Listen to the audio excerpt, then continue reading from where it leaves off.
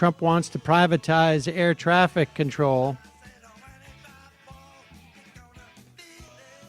And another redistricting win in North Carolina. However, more disenfranchisement this time in Missouri.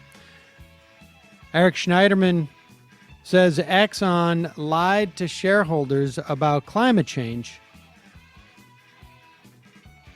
This and more on today's program, ladies and gentlemen. Of course, we are just days, not even days away. And we got to talk about this actually in the office. On Thursday, right, is the Comey.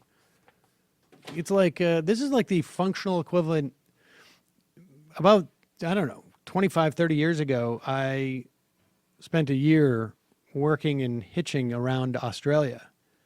And they have a version of the Kentucky Derby, right? A big horse race that everybody in the country seems to be aware of. Except for in Australia, they all take the day off. Like everybody. People don't care about horse racing. They just took the day off to either watch it or just go, I don't know, surfing at Bondi Beach or whatever it is that they did. I remember great. it You sounded have so great. many vacations. Hello? Well, I mean, that was the nature of Australia, at least at that time. So people worked to live, as opposed to here where we, live to work. But be that as it may, the Comey testimony is starting to shape up that way. I really, my understanding is the bars are open across the country early on Thursday. In D.C., I heard specifically. In I'm D.C., in Matt DC. says. Yeah, that's a real DC thing. But I imagine a lot of people are going to be glued to that. We need to talk about that because right now we have a book guest. We do. I mean, a guest book. Maybe we should do a pre-tape and just do a audible, as we call it. Yes. And then this report out, and I'm going to get to this in a moment, this report that was written up in The Intercept. And subsequent to that report, or I should say the write-up was subsequent to the arresting of the person who leaked this information from the NSA to The Intercept. We will get to that. And then really what is shaping up to be right now, perhaps the most important dynamic when it comes to actual policy in this country, and that is the Trump administration's, it's one part this Russia, investigations and drama, and probably two parts Trump's just sheer incompetence and toxicity. But there's a real quality to this country now that is like, it's without a rudder, both domestically and internationally. And we will get to that, whether we're talking about Qatar or whether we're talking about white collar crime pursuit, or frankly, just any administrative function by the state.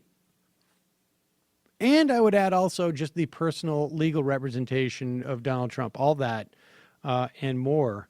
But let's just take a moment to check in on our old friend, Pat Robertson, who is apparently still alive.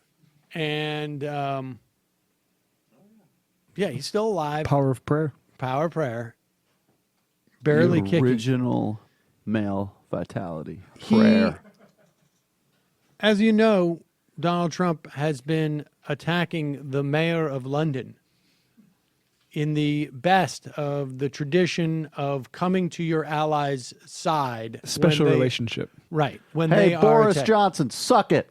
Well, That's what Obama did. right, A exactly. long history. Who's the mayor of London? Get him on the phone. I mean, just for a moment, just imagine Tony Blair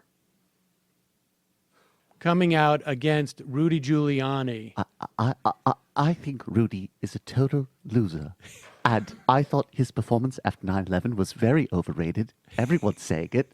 I thought it was Why would you put sad. the HQ there, of all places? He put HQ there because he and that roided up jockey who was his security guard were both railing their publisher. Tell me Sad. something. Since when does rocket fuel melt steel? Since I'm not a believer in anything. I just want the truth. That's why I watch H.A. Goodman. Here is the question. Why would WikiLeaks put out information like that? I distinctly remember some Jews saying, "Pull Tower 7. Pull Tower 7. There was a whole van of Israelis, and they said, if you're Jewish, don't go in on the day of the attacks. Now, no one wants to deal with the evidence. I'm slightly off point, but No, I think we're on point. yes, That's I mean, amazing. that is exactly the 9/11 analogy. Tony Blair is Right. going to be recurring. right? And I mean, it's just stunning, and we're already, somewhat. I mean, there is a quality of like, I mean, I think most people understood at this point, where we can just say, like, you see what we're dealing with over here, except for the difference is that we're responsible for it.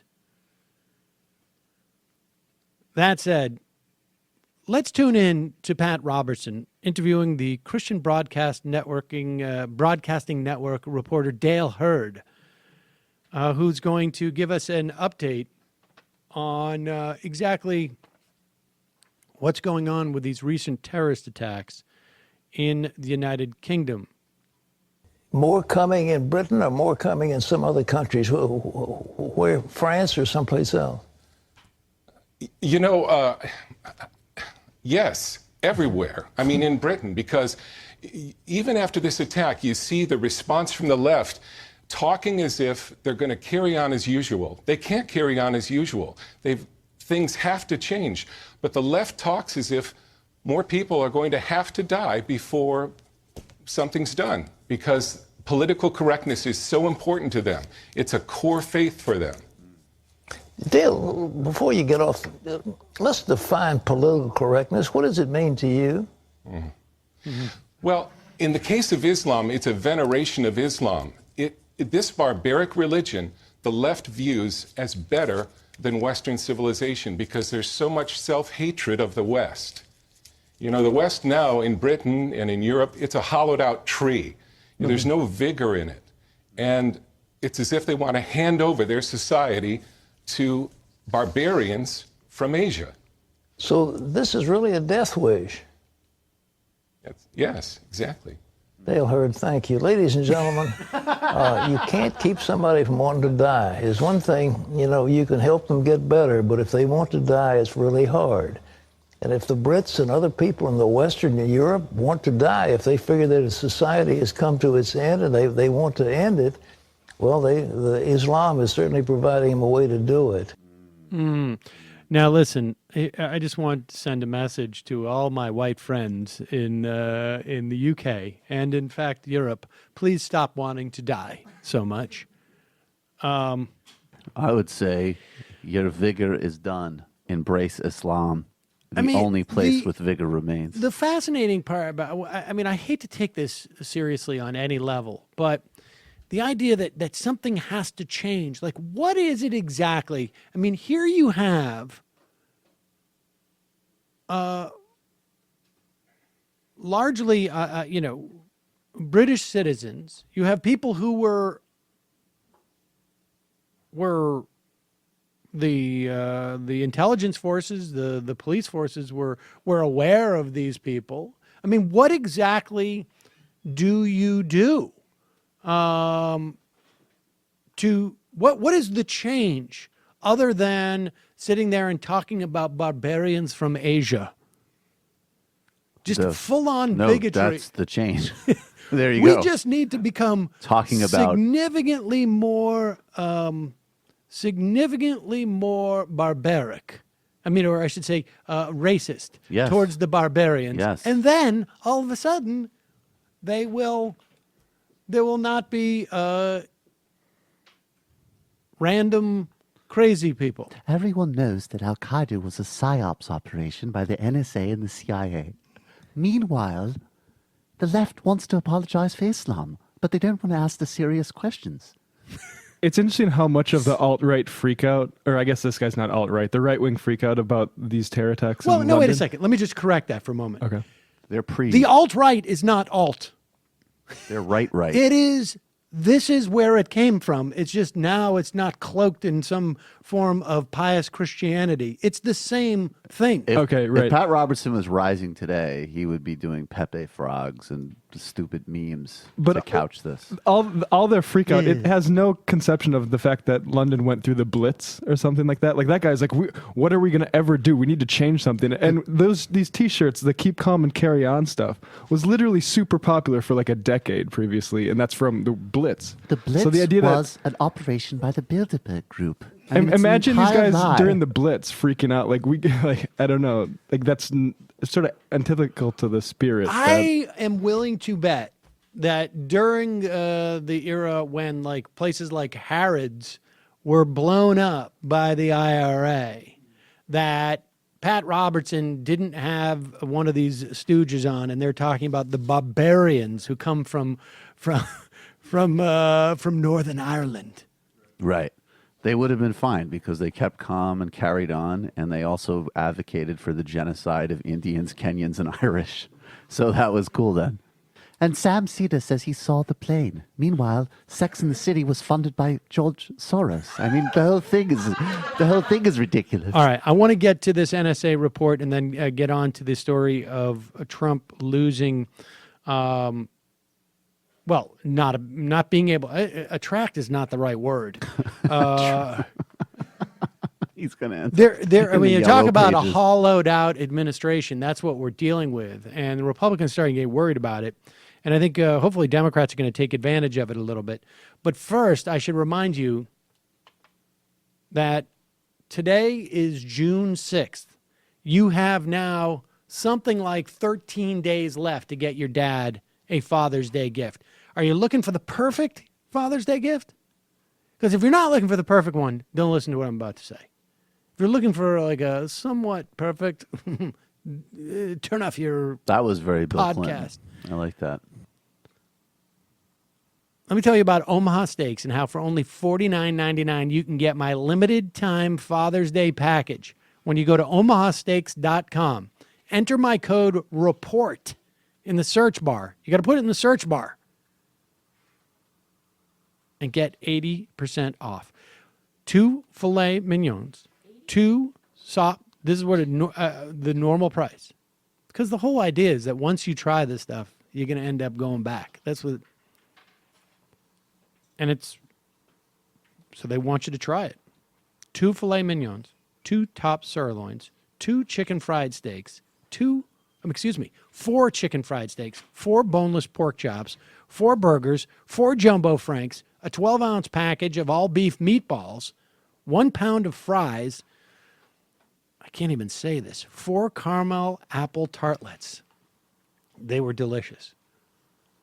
1 Omaha steak seasoning packet. Plus, get 4 additional burgers free. All this for less than $50. If you're looking for, it's a great deal. If you're looking for a convenient, you put it in your freezer, you can blow it out in one barbecue. I don't know how you would do that. It's conceivable, a big one. I mean, I don't know that many people, period. But if you're looking for a convenient and quick Father's Day gift, go to omahasteaks.com. Enter my code REPORT in the search bar. Add the family gift pack to your cart and get an 80% savings. Grab your dad. Fire up the grill. Meanwhile, you've heard me say it many times before. People ask me about this all the time. I get people ask me about my mattress more than just about anything else that I amassed. It's weird, and now that I think about it, it makes me feel bad. I'm uncomfortable. People don't even say, like, how you doing? They like, is the Casper really good? Honestly, they say, is the Casper really good? And it is. It's an obsessively engineered mattress at a shockingly fair price. Supportive memory foams create an award-winning sleep surface with just the right sink, just the right bounce. Here's the best part. Try Casper for free. for 100 nights, risk-free in your own home. If you don't love it, they pick it up and they'll refund you everything. Casper understands the importance of truly sleeping on a mattress before you commit, especially considering you're going to spend a third of your life on it. Unless, of course, you have children, in which case it may be closer to an eighth. Free shipping and returns to the U.S. and Canada with over 20,000 reviews and an average of 4.8 stars. It's quickly becoming the internet's favorite mattress. You know our Casper mattress is our favorite one in the house. If I had known better, I wouldn't have gotten it for Saul. But he needed one when he was becoming a big boy. Now we just got to line it with like pee protectors. It's so cute. But it's the most comfortable mattress in the house. He deserves it. You get $50 toward any mattress purchase by visiting casper.com/majority using offer code majority. Terms and conditions apply. And lastly, my anniversary is coming up soon. I should go for this again because during Mother's Day, this was a huge hit in my house. Have you ever forgotten an anniversary? If you're not nodding yes, you're probably lying.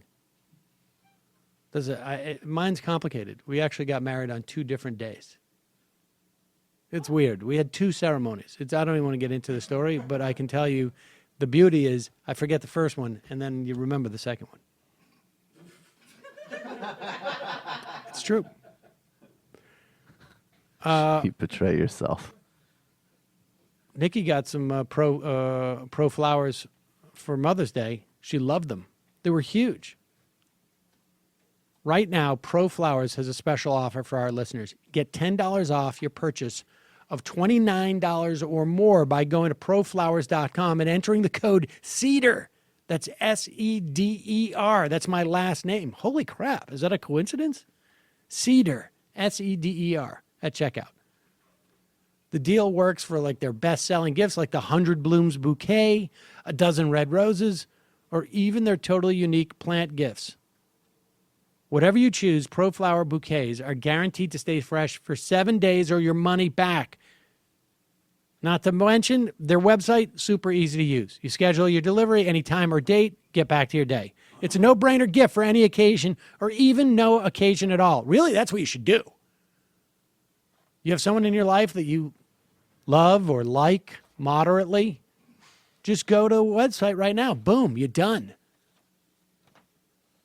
Do yourself a favor. Meanwhile, help out the show. Support Pro Flowers. You got a birthday or an anniversary coming up, or just like, hello, how are you? Or I swiped right on you, and so I might as well send you some flowers. Is that how it works? No. That's very dangerous advice for people. I just swiped right on you, and now I would like your home address to send you flowers? No. I don't know what that means. I'm not exactly sure. This is all after my time. Hi, could I get you flowers? You get $10 off your purchase of $29 or more at Pro Flowers. Go to proflowers.com. Enter code CEDER, SEDER, at checkout. Hurry, this deal will not last long. I'd just like to say that did happen to me one time. I went on one date with this guy, and then he found my work address and sent me the weirdest flowers arrangement. That's creepy. Don't do it, guys. Don't do that. All right, let's get to this. The Intercept had a piece up yesterday afternoon. And, there's a couple of different stories associated with this, not the least of which that its apparent source, was arrested and will be charged with espionage, I believe.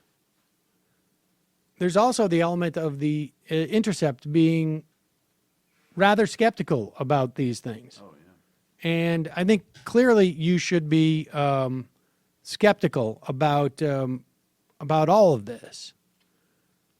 But there are some realities here. The reality is that there was an NSA document. The reality is it was leaked to the Intercept. And it appears that there was at least an attempt by Russia to not influence the election by psyops or whatever that is called, publicly, by shaping perception of the candidates. But according to the Intercept, Russian military intelligence executed a cyber attack on at least one U.S. voting software supplier and sent spear phishing emails to more than 100 local election officials just days before last November's presidential election. This is according to a highly classified intelligence report, like I say, obtained by the Intercept. Now, here's what you have to be clear about. There is no assessment that the Russians actually successfully did anything other than perhaps gain access to, I think, one computer. Will you turn off that microphone or just press it, because I'm getting your typing and whatnot? No, it's weird. Something's coming through.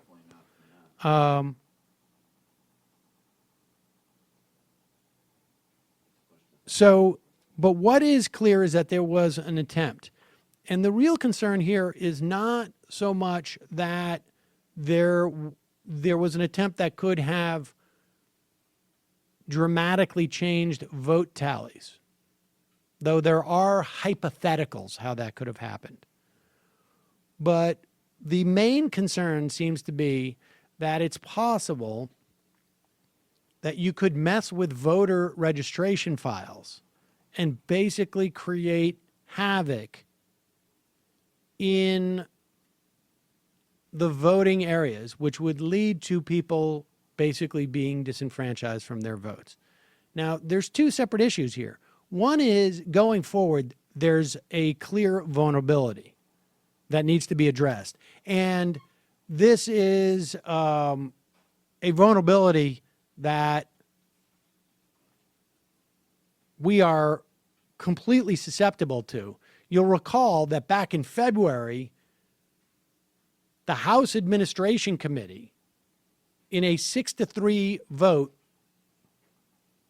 which was along party lines, 6 Republicans, 3 Democrats, voted to eliminate the Election Assistance Commission, which helps states run elections, and it's the only federal agency charged with making sure voting machines can't be hacked. So we have a clear vulnerability, and at the very least, according to the NSA and this document, an attempt to exploit one part of that vulnerability. The other is that Russia clearly was interested in not just influencing our election, but perhaps shaping the outcome. It didn't seem like they got there.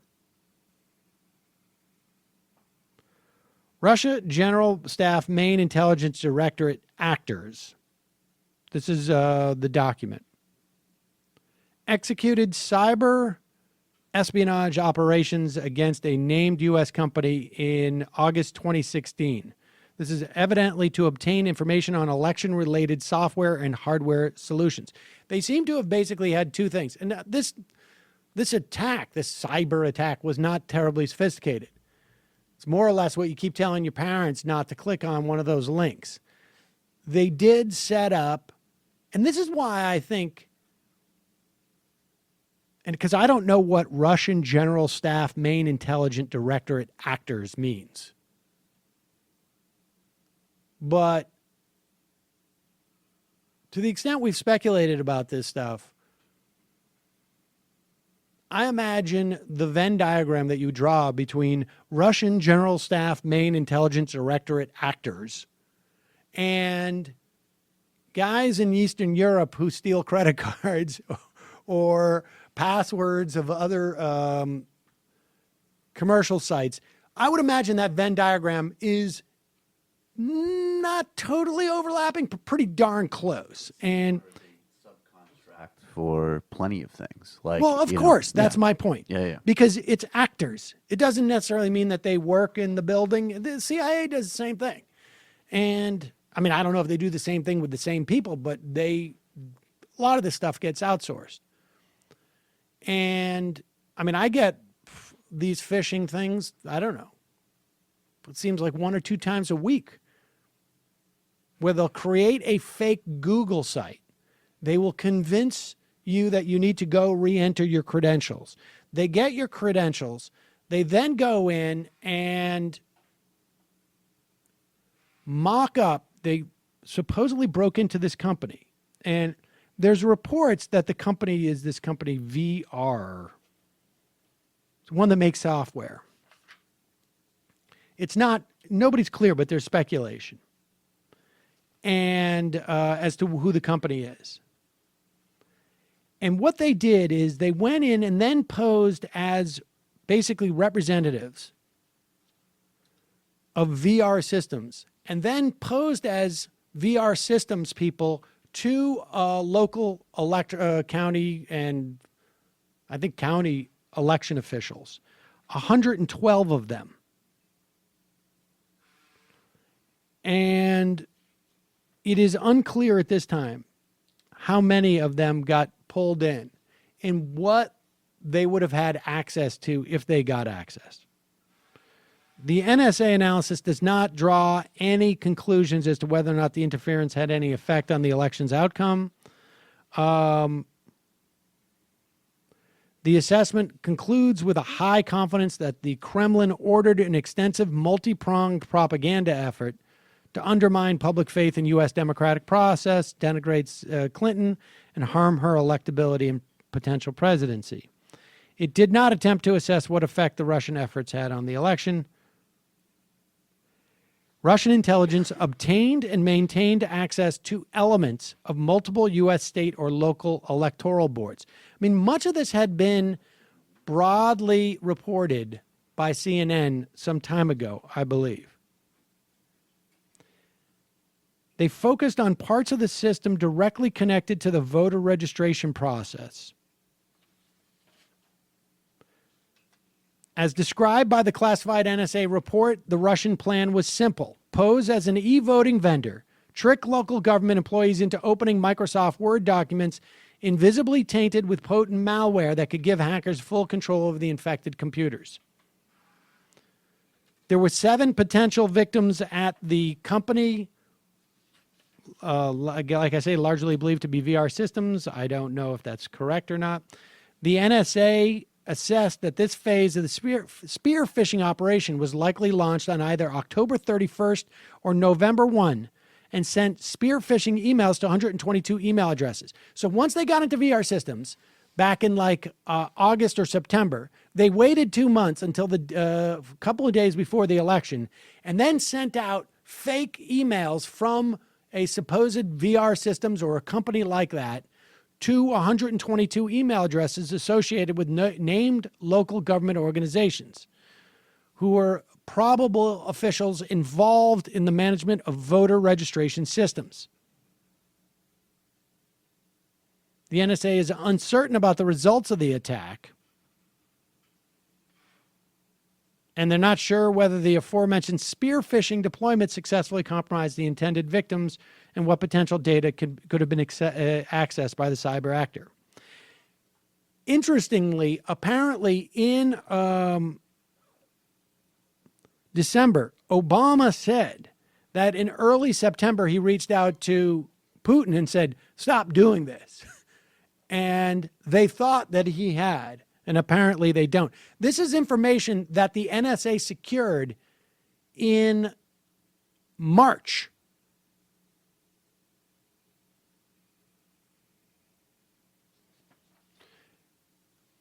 So that is the primary story. And the value of this, like I say, is twofold. One, it means going forward, there needs to be concerted effort by the federal government to figure out how to maintain the integrity of our voter file system and our voting systems. not roll it back the other way as Republicans have done. Secondly, it just simply establishes, and maybe you don't believe this NSA document. I mean, I don't think it's a illegitimate posture to be highly skeptical of what the NSA puts out, even if it's supposedly leaked by someone who is not necessarily on board with the NSA agenda. But it further provides further evidence that Russia wanted to influence our election.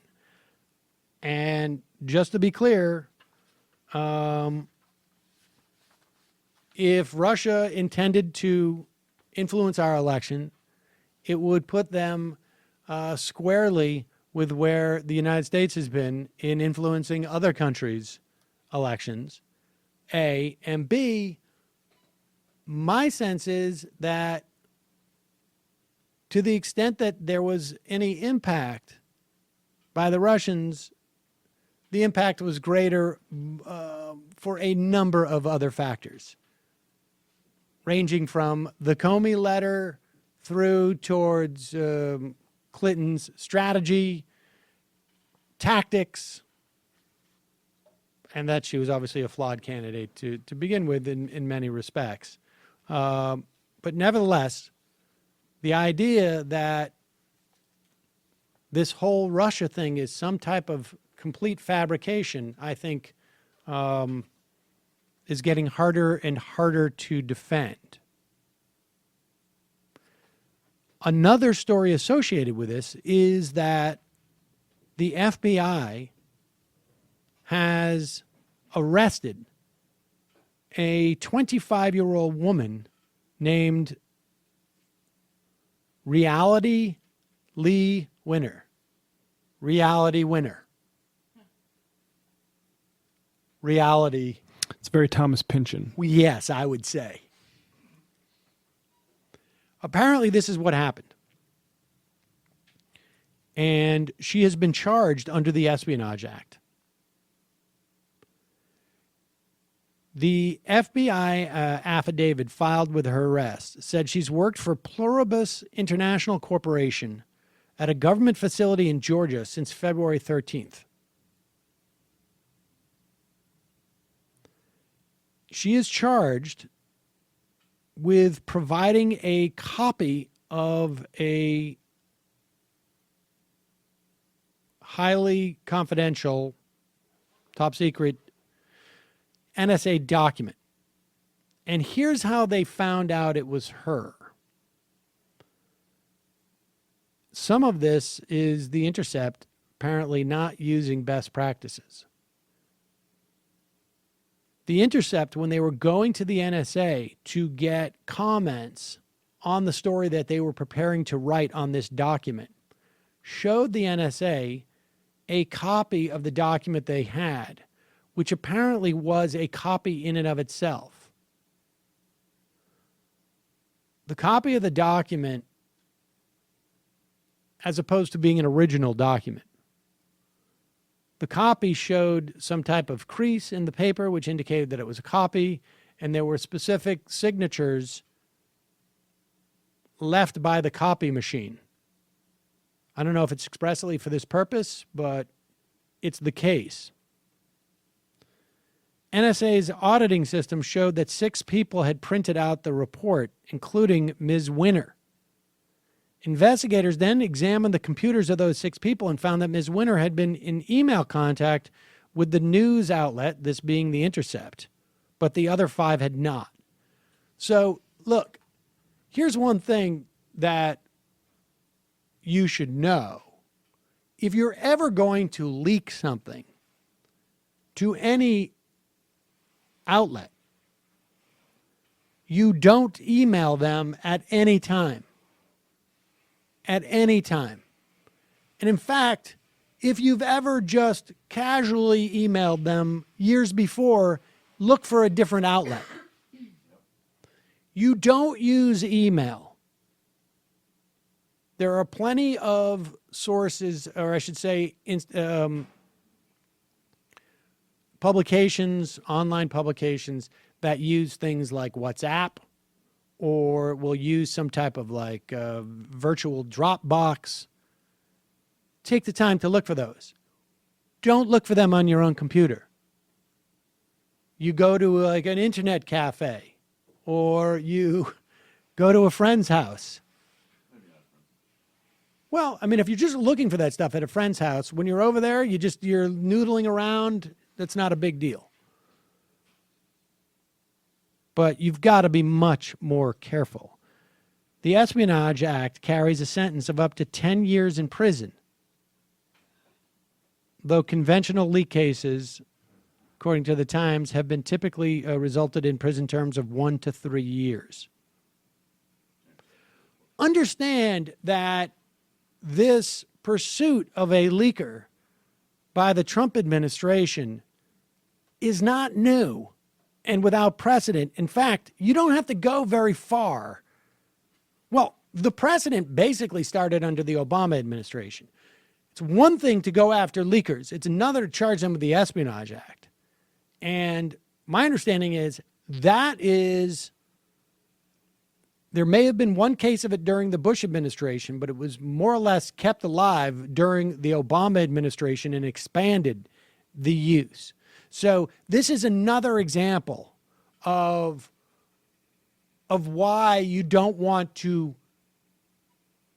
give a president, even one that you trust, these powers, and not even necessarily powers, but you don't want to normalize it when they do this, because we have a habit in this country of electing other people after 4 or 8 years.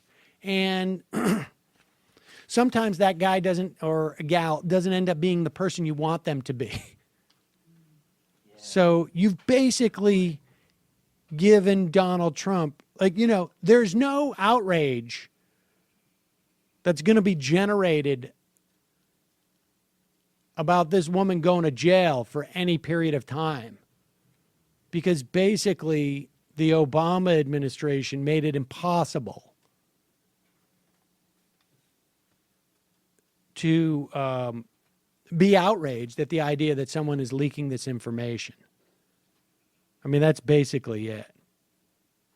She mailed it, apparently, to The Intercept after removing the report on May 9th.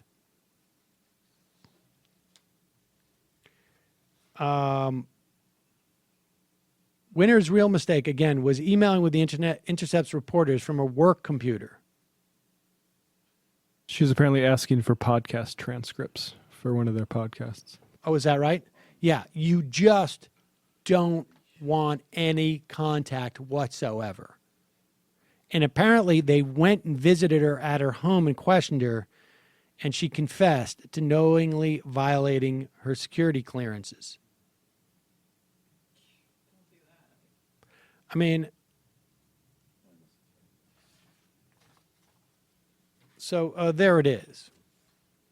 Very strange indeed. And the long and short of it is, it's unclear what we're ultimately going to know about any of the Russian involvement. The idea of collusion to me still seems rather far-fetched. I just don't understand. You'd have to be really sloppy. Now, it's possible Donald Trump would be read into something like this, but it's not, the idea that the Trump organization does not know anybody except for Russia to go and do spearfishing campaigns to get people's emails seems a little far-fetched to me.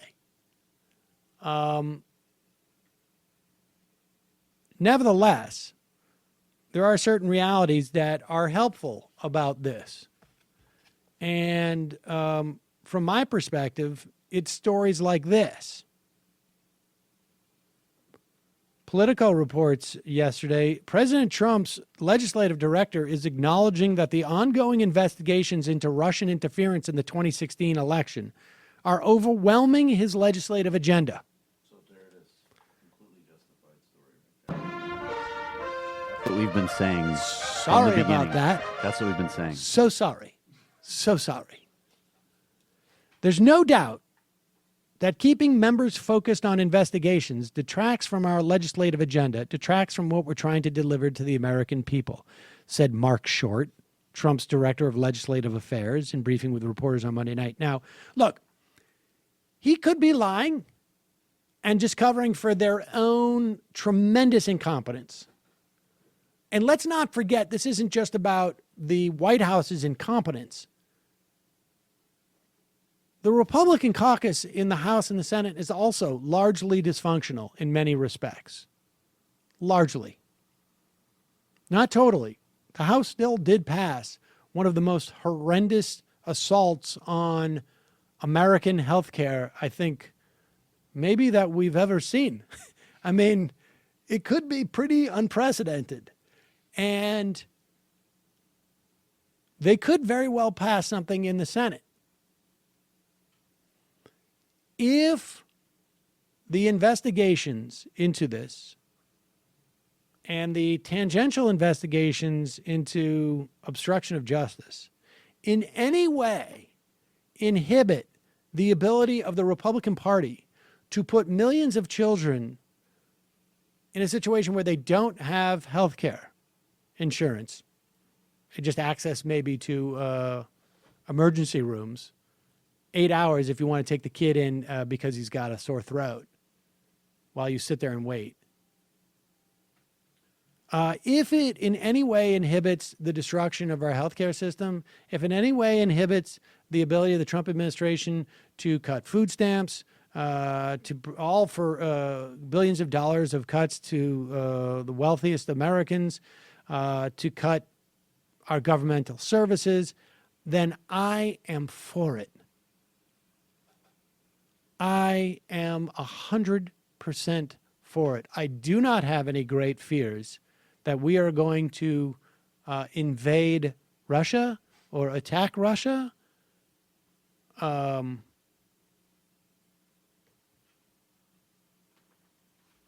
Anything that slows down the legislative process, I am in favor of.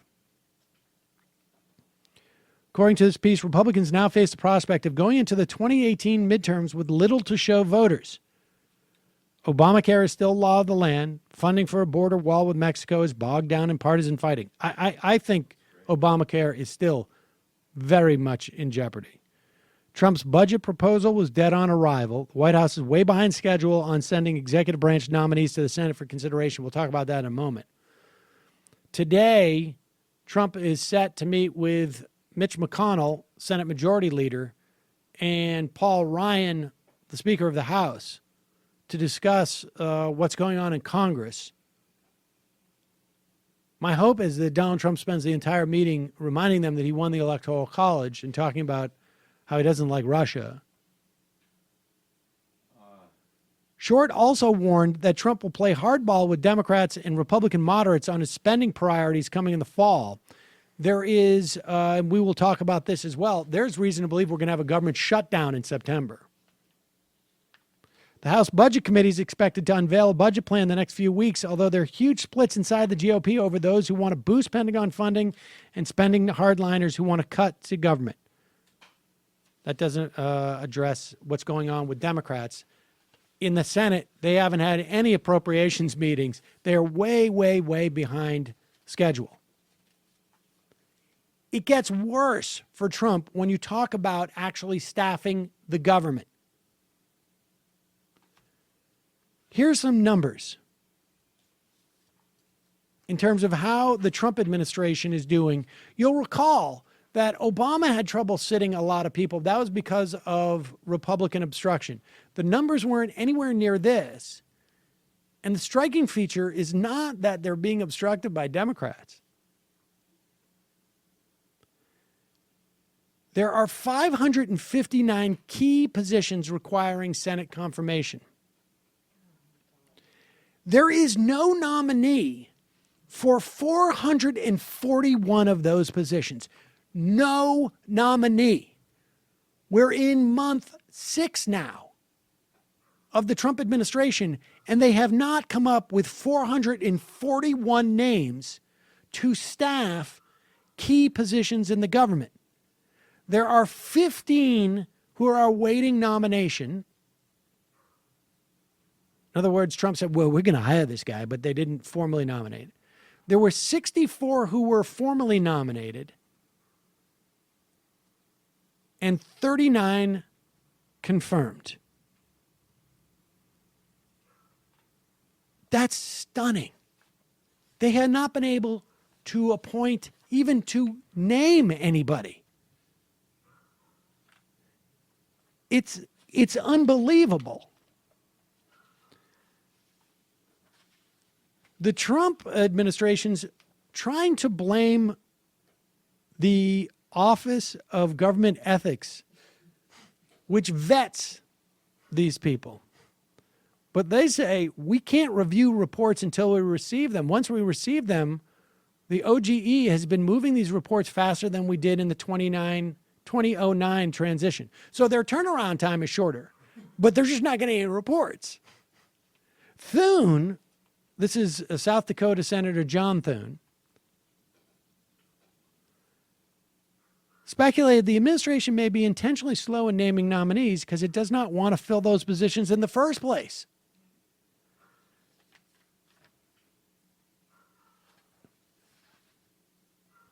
More than 1,200 positions throughout the federal government must be confirmed by the Senate. 559 of those, like I say, are key administration positions.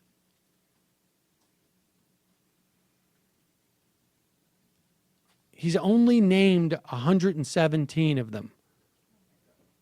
39 confirmed, 64 formally nominated, 15 awaiting nomination. God knows how many of the ethics reports they've got in. This has been a total failure. And I will say this. I went back and forth with McKay Coppins and another guy on Twitter about this. You'll recall Steve Bannon, in addressing CPAC, I think it was in February, said their number one agenda with their cabinet appointees is the destruction of the administrative state. Mm-hmm. I would also argue that in not appointing these key positions, you are corroding and degrading the administrative state. And it's the easiest way to do it if you're completely incompetent. I mean, a really competent degradation and destruction of the administrative state would require you to find candidates who are both well-versed with how government works, but also particularly hostile towards it. Like a guy like Scott Pruitt, who is perfect if you want to destroy the EPA. But there's just not that many guys out there who are so obvious. And by guys, I mean gals too. No, you might mean guys. Well, probably guys in this administration. And so the next best thing you do is just let them sort of wither on the vine. You have people in these divisions who are completely frozen. They can't make their budgets. They don't know what personnel they're going to get. They don't know where the office is going strategically. I spoke to a buddy of mine very recently, former U.S. attorney, who says that the DOJ, U.S. attorneys, like white-collar crime, forget it. No resources going there. They're getting nothing.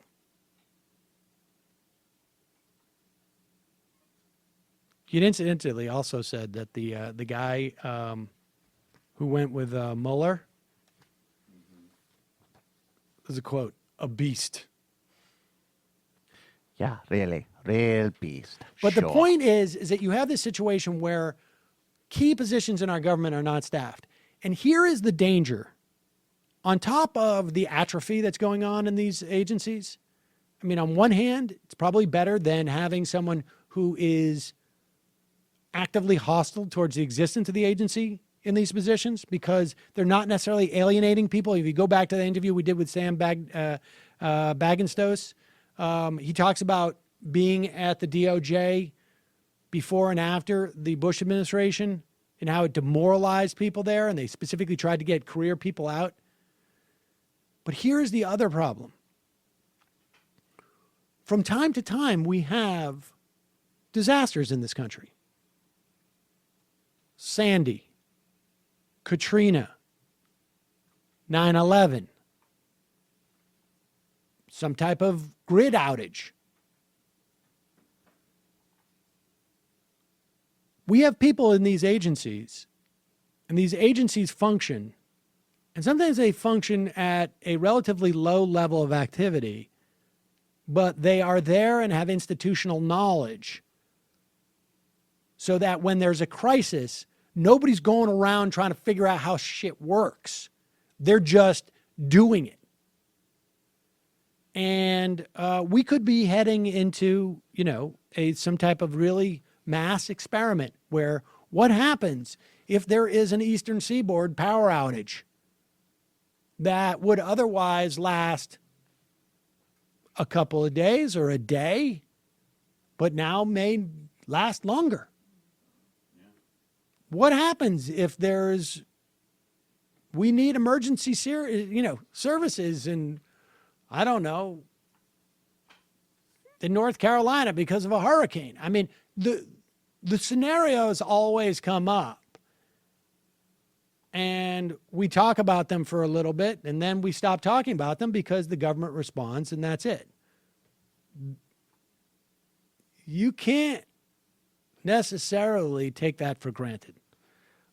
So a real danger in addition to what it's doing to our government. I mean, as these services, you degrade these agencies, they provide less services, and you begin to make it much easier for Republicans to demonize government in the first place. Now, the only upshot to this is that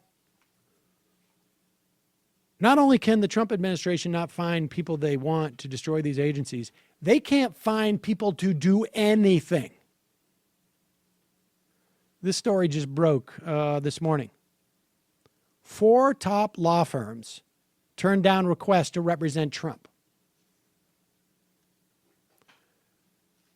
Now, I can tell you, my understanding is that when Mueller becomes special counsel, and when he hires his team, all of those guys associated with that team immediately get swamped with emails from former prosecutors saying, hey, man, if you need somebody, I'm here. The opposite thing is happening with defending Trump. Top lawyers with at least 4 major law firms have rebuffed the White House overtures to represent President Trump in the Russia investigations. The president's chief lawyer, who's now in charge of the case, is Mark E. Kasowitz. Now, you remember they were talking about building a war room like Clinton had during the impeachment? Apparently that fell apart. Who knew that people would have trouble figuring out how to work with Corey Lewandowski? So all of this is going to fall on Donald Trump's personal lawyer, Mark E. Kasowitz. Cohen, and here's the other problem. Cohen? Well, Cohen He's represents him in other deals. Says who? Not in litigation or anything like that. But here's the problem with Cohen. There was a story about Cohen. Well, here's the problem with Cohen. Yeah. Apparently, Donald Trump does not pay the people around him very well. Like, everybody thought that Cohen would be this millionaire because he's working for a billionaire, supposedly. Apparently, he had to have a bunch of side jobs. Not like, driving an Uber, but he got into deals that there are some concern. He reps like strip clubs and like It's not Paramus. quite like that. But he's doing these other outside things that people are concerned may be the source of some of what's going on. They say we're violating decency ordinance with new strip club. Can you help us, Mr. Cohen? So this is what Mark E. Kasowitz has been doing. He has been representing Trump in businesses and public relations disputes, often with the threats of countersuits and menacing public statements. But he has little experience dealing with complex congressional and Justice Department investigations that are inevitably influenced by media coverage and public opinion. So in other words, the people at these four firms that were in this story, including Brendan Sullivan of Williams and Connolly, Ted Olson, you remember Ted Olson's name, right? Yep. Former solicitor, I think, under Bush. Bush the second. Of Gibson, Dunn, and Crutcher. Paul Clement, also former solicitor, I think, under Obama. And Mark Phillip of Kirkland and Ellis. Robert Giuffre of Sullivan and Cromwell. These are guys who understand how Congress works, how the DOJ works. That's why when you're looking for a defense attorney and you're getting prosecuted by the U.S. government, you're looking for a former U.S. prosecutor. Not a guy whose claim to fame is sending mean letters to people and saying to, plumbers in Queens, like, you're not going to get that. I mean, the way he stiffed that guy on the So listen to window this. pane installations, great prep for this. The lawyers and their firms cited a variety of factors in choosing not to take on the president as a client. Do they have to do that? Do they have to mention cite No, reasons? Okay. no. But they all probably do by saying like, look, I would love to, President, but however, they'll say things like, we don't have the resources right now. Others mention potential conflicts with other clients in their firm, such as financial institutions that have already received subpoenas relating to this. But a consistent theme, this is according to a source, was the concern about whether the president would accept advice of his lawyers and refrain from public statements and tweets that undercut his position. And the other one was they don't think they're going to get paid. Those are both Quote, valid concerns. The concerns were the guy won't pay and he won't listen. I mean, you're right. Other factors were that it would kill recruitment for the firms to be publicly associating themselves with representing the president and jeopardize the firm's relationships with other clients. Donald Trump is so toxic that even people who professionally represent the most reprehensible people in the country, responsible for millions of people being kicked out of their homes, responsible for foreclosing on people, responsible for putting out products that kill people, they will not represent Donald Trump. Everyone has a line. Apparently. Yeah. And I have a feeling it's because they also think they're not going to get paid. I think that's the main one. It's going to end up being like, hi, my name's Antonio fucking Figaroni. I run the best All right. personal injury firm in Jackson Heights, Queens. And Mr. Trump's not going to cooperate with you in your Rust investigation. They just do it the way they stiff contract. It's just like, yeah, he doesn't recall that conversation, so sorry. We're not going to be able to get those documents to you, Congress. And if you don't like it, you know what you could do? You could jerk off to a picture of Melania, who's not your wife. Maybe you could sit out there and maybe there'll be an inflatable rat out in front of your freaking Congress. This is related to Obamacare.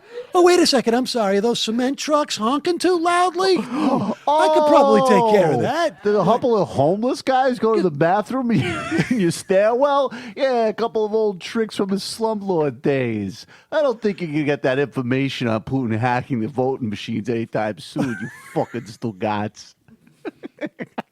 Hey, Mr. Trump, it's only $300. Why haven't you paid me yet? So Obamacare, not only, so it's still the law of the land, but because nothing is being done to transform the problems with it, and people are just, and places are just pulling out of the marketplace. I assume this is the reason. The problems that people complain about in the first place are only getting Worse. extraordinarily worse. I got a letter in the mail yesterday saying that my premium, I'm on Obamacare, would go up by 34%. And it went up by, I think over 2 years, that would make it a 60% increase. The biggest problem now is that because the Trump administration has basically just punted this lawsuit for 3 months and has put the the subsidies in jeopardy, the insurance companies are saying we're either going to leave the exchange or we're going to jack up prices because we don't know. We're going into 2018 where there could theoretically be no subsidies for these, and we could either lose a bunch of customers or money and or both, and so they're covering themselves. Yeah, no, it's right. a real Not disaster. only that, but they're going to be opportunistic no matter what, and it's just... This is part of the problem, is that they are attempting on purpose to destroy exactly, the bumper. yeah. All right, but let me get back to this. The good news in terms of the staffing standpoint is, and this is like I remember there was one guy during the Iraq War, and I think he was, I don't know if he was an ambassador, it escapes me now, from Italy or somewhere from the southern Mediterranean, I can't remember, who resigned in protest of the Iraq War. But this should be a great tradition for Donald Trump to start. Because you see it in Britain more. You see it in other countries. The number 2 diplomat at the U.S. Embassy in Beijing resigned Monday, telling staff his conscience would not permit him to formally notify the Chinese that the United States is withdrawing from the Paris Climate Accord. David Rank, a career Foreign Service officer of 27 years. He had been acting ambassador until recently. Iowa Governor Terry Branstad was confirmed. Rank held a town meeting with embassy employees to explain that he had offered his resignation and it had been accepted. Because he was the head of the embassy until Branstad arrives, it was Rank's responsibility to deliver a formal notification of the U.S. intention to withdraw from the climate pact. And according to a State Department official, Rank was unwilling to deliver that notification. He told his staff that as a parent, a patriot, and a Christian, he could not in good conscience play a role in implementing Trump's decision to withdraw from the Paris Accords.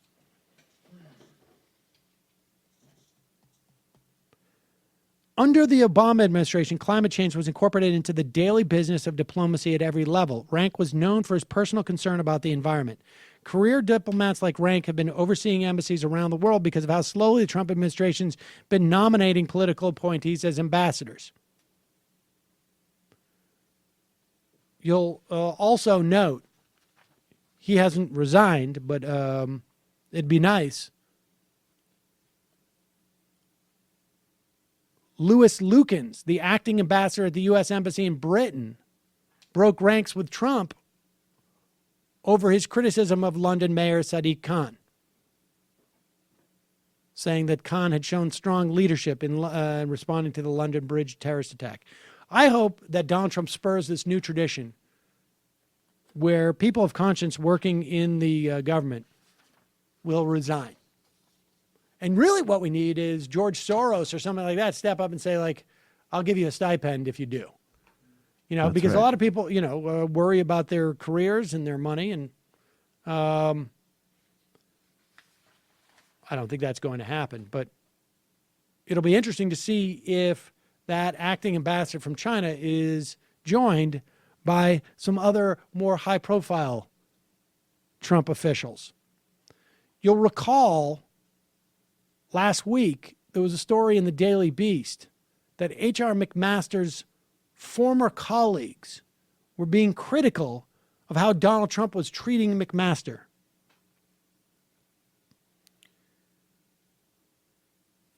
That story, to me, looks like H.R. McMaster beginning to basically gas up the getaway car. You know, one take could be he's trying to send a message to the president, hey, you got to knock it off. But that's not where I would imagine that leak being, to be honest with you. It seems to me that he is basically signaling, because remember, McMaster would have to resign from the military and have to give up his shot at 4 stars. Basically throw away his entire career, probably 10 years before he wanted to, just to get away from Trump. And then you see this story in Politico, which again also reads to me like a gassing up the getaway car story. When President Donald Trump addressed NATO leaders during his debut overseas trip a little more than a week ago, he surprised and disappointed European allies. But who he also disappointed and surprised was his own top national security officials by failing to include the language reaffirming the so-called Article 5 provision in his speech. Apparently, H.R. McMaster, Defense Secretary James Mattis, and Secretary of State Rex Tillerson all supported Trump reaffirming Article 5 and were told that he would. This is according to 5 different sources. They thought it was included, and a White House aide even told the New York Times the day before that the line was definitely included. They had the right speech. It was cleared through McMaster, said a source briefed by National Security Council officials in the immediate aftermath of the NATO meeting. As late as that same morning, it was the right one. So in other words, Trump, or someone very, very, very, very close to Trump on that trip, took that line out.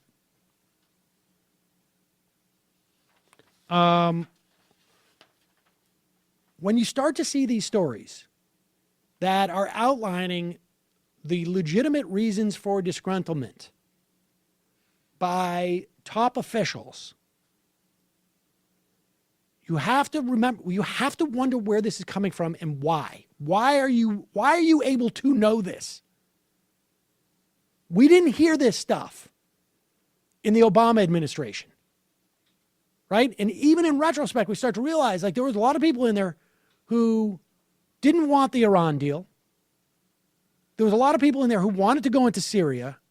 Clearly, Obama was bucking up against a lot of people there. We never heard any of that.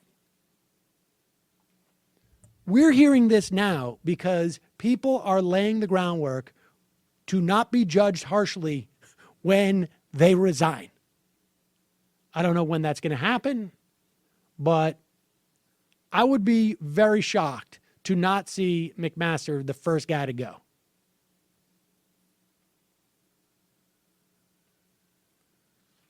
He is the one, it seems to me, who, I don't know, we'll see.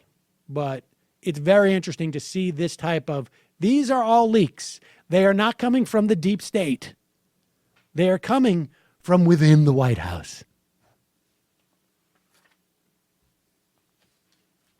And the fun half, we'll talk about the supposedly growing dissatisfaction with Jeff Sessions in the White House. Yes. I mean, that's his pattern. It's so obvious. I mean, everybody said that. You really just don't seem to hate Puerto Ricans enough. You know, Jeff, I hired you with the premise, and I get it. Everyone hates the blacks, but everyone hates the Muslims. But You I got to feel think like out of the box. I mentioned the Puerto Ricans. It's like you don't even know who they are. It's like you don't even care. Well, Mr. President, I saw West Side Story. I hate the PRs as much. You know what, Jeff? Get out. Get out. I'm just tired of you. You're always trying to. What's the next line? When you're a jet, what? Yeah, exactly. When you're a jet, what? Exactly. When you're a jet, what? All right, get out. Get out. Stephen can answer that. Why is it that the only people who have any competence around me are freaking Jews? We got to So take weird. We But got to take a Steve quick does break. not like that. Folks, it's your support that makes the show possible. By becoming a member today at jointhemajorityreport.com, you can become a member of the Majority Report. Honestly, your membership is what makes the free show possible. And as a way of saying thank you, we give you extra content. If you don't want that extra content, don't take it. Support this daily show, folks, by becoming a member for pennies a day. Also, justcoffee.coop, fair trade coffee, tea, or chocolate. Use the coupon code majority, get 10% off. And if you buy your crap through Amazon or Jet, do so at our link at majorityreportkickback.com. Going to take a quick break. Oh, and we've got some, we don't quite have that news for members about that behind-the-scenes documentary. We're going to have it for tomorrow. All right, folks, we'll be right back. See you in the fun half, 646-257-3920.